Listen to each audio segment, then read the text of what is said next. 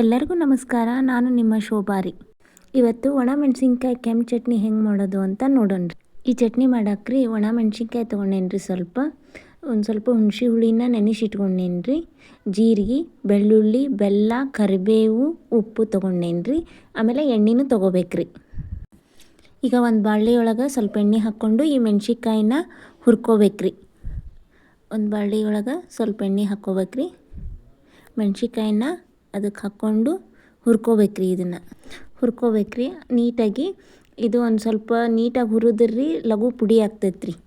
ಬೀಜ ಅದು ಜಾಸ್ತಿ ಉಳ್ಕೊಳಂಗಿಲ್ಲ ರೀ. ಹಾಗಾಗಿ ಸ್ವಲ್ಪ ನೀಟಾಗಿ ಎಣ್ಣೆ ಒಳಗೆ ಈಗ ಹುರ್ಕೋಬೇಕ್ರಿ. ನಾನಿಲ್ಲೇ ಒಂದು 5ರಿಂದ 7 ನಿಮಿಷ ತೊಗೊಂಡೇನ್ರಿ ಹುರ್ಕೊಳಕ. ಸ್ವಲ್ಪ ಎಣ್ಣೆ ಹಾಕಿ ಇನ್ನೂ ಸ್ವಲ್ಪ ಎಣ್ಣೆ ಹಾಕಿ ನೀಟಾಗಿ ಹುರ್ಕೊಂಡೇನ್ರಿ ನಾನು. ನೋಡಿರಿ ಮೆಣ್ಸಿನ್ಕಾಯಿ ಹುರಿದವ್ರಿ ಇವು. ಇನ್ಮೇಲೆ ಇದು ಪುಡಿ ನೀಟಾಗಿ ಪುಡಿ ಆಗ್ತೈತ್ರಿ. ಈ ಹುರಿದಿದ್ದ ಮೆಣ್ಸಿನ್ಕಾಯಿನ ಈಗ ಒಂದು ಜಾರಿಗೆ ಹಾಕ್ಕೊಂಡು ಪುಡಿ ಮಾಡ್ಕೊಳ್ಳೋಣ್ರಿ. ಈಗ ಮೆಣ್ಸಿನ್ಕಾಯಿ ಅಷ್ಟು ಹಾಕ್ಕೊಂಡು ಪುಡಿ ಮಾಡ್ಕೊಳ್ಳೋಣ್ರಿ. ಅದು ಸ್ವಲ್ಪ ಪುಡಿ ಆದಮೇಲೆ ಎಲ್ಲ ಸಾಮಾನನ್ನ ಸೇರಿಸ್ಕೊಳ್ಳೋಣಂತ್ರಿ.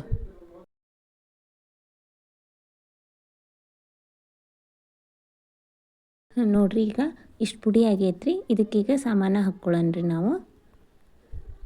ನಾವು ರೆಡಿ ಮಾಡಿ ಇಟ್ಕೊಂಡಿದ್ವಲ್ರಿ. ಈಗ ಸ್ವಲ್ಪ ಜೀರಿಗೆ ಹಾಕ್ಕೊಳ್ಳೋಣ್ರಿ. ಅದ್ರ ಜೊತೆ ಕರಿಬೇವು, ಬೆಳ್ಳುಳ್ಳಿ, ಉಪ್ಪು, ಬೆಲ್ಲ, ಆಮೇಲೆ ನೆನೆಸಿಟ್ಕೊಂಡಿದ್ವಲ್ರಿ ಹುಣಸೆ ಹಣ್ಣು, ಅದನ್ನು ಹಾಕ್ಕೊಳ್ಳೋಣ್ರಿ. ಅದನ್ನು ನೀಟಾಗಿ ಕ್ಲೀನ್ ಮಾಡಿ ನೆನೆಸಿಟ್ಟಿದ್ವಿ ರೀ. ಹಾಗಾಗಿ ಅದನ್ನು ಡೈರೆಕ್ಟಾಗಿ ಹಾಕ್ಕೊಳಕತ್ತೇನ್ರಿ ನಾನು. ನೀವು ರಸ ಬೇಕಂದ್ರೆ ರಸನೂ ಹಾಕ್ಕೋಬೋದ್ರಿ.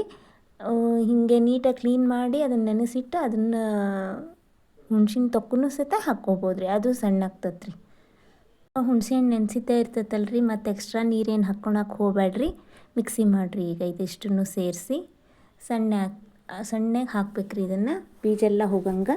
ಇದಕ್ಕೀಗ ಒಂದು ಒಗ್ಗರಣೆ ಕೊಟ್ಕೊಳ್ಳೋಣ್ರಿ. ಒಂದು ಬಾಳೆ ಇಟ್ಟು ಒಂದು ಸ್ವಲ್ಪ ಎಣ್ಣೆ ಹಾಕ್ಬೇಕ್ರಿ.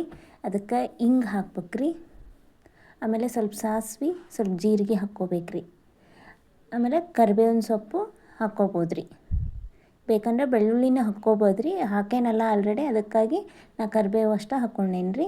ಈ ಸಣ್ಣ ಮಾಡಿದ್ದಂಥ ಚಟ್ನಿ, ಕೆಂಪು ಚಟ್ನಿ ಏನೈತಲ್ರಿ, ಇದನ್ನು ಹಾಕ್ಕೊಂಡು ಸ್ವಲ್ಪ ಬೇಯಿಸ್ಕೋಬೇಕ್ರಿ. ಅಂದ್ರೆ ಇದು ಎಷ್ಟು ದಿನ ಇಟ್ಟರೂ ಕೆಡಂಗಿಲ್ಲ. ನೀವು ಫ್ರಿಜ್ನಾಗ ಇಡ್ಬೇಕಂತ ಏನಿಲ್ಲರಿ. ಹೊರಗಿಟ್ರೂ ಇದು ಜಲ್ದಿ ಕೆಡಂಗಿಲ್ಲ. ಹಾಗಾಗಿ ಸ್ವಲ್ಪ ಒಗ್ಗರಣೆ ಕೊಟ್ಟು ಬಿಸಿ ಮಾಡಿದ್ರಿ ಟೇಸ್ಟು ಚೆನ್ನಾಗಿ ಆಕತ್ರಿ ಇದು. ಹಾಗಾಗಿ ಸ್ವಲ್ಪ ಬೇಯಿಸ್ಕೊರಿ ಅಷ್ಟೇ. 1-2 ನಿಮಿಷ ಅಷ್ಟೇ ರೀ. ಆಮೇಲೆ ಗ್ಯಾಸ್ ಬಂದ್ ಮಾಡಿಬಿಡ್ರಿ. ಬಂದ್ ಮಾಡಿ ಕೆಂಪು ಚಟ್ನಿ ರೆಡಿ ಆಗೇ ಬಿಡ್ತು ನೋಡಿರಿ. ಉತ್ತರ ಕರ್ನಾಟಕ ಸೈಡ್ ರೀ, ಈ ಕೆಂಪು ಚಟ್ನಿ ಇಲ್ದನ ಊಟನ ಮಾಡಲ್ರಿ ಅವರು. ಅವರಿಗೆ ಜೋಳದ ರೊಟ್ಟಿಗೆ, ಮೊಸರನ್ನಕ್ಕೆ ಎಲ್ಲ ಕೆಂಪು ಚಟ್ನಿನ ಯೂಸ್ ಮಾಡ್ತಿರ್ತಾರೆ ರೀ. ನೋಡಿರಿ ಒಣಮೆಣ್ಸಿನ್ಕಾಯಿ ಕೆಂಪು ಚಟ್ನಿ ರೆಡಿ ಆಗೇ ಬಿಡ್ತ್ರಿ.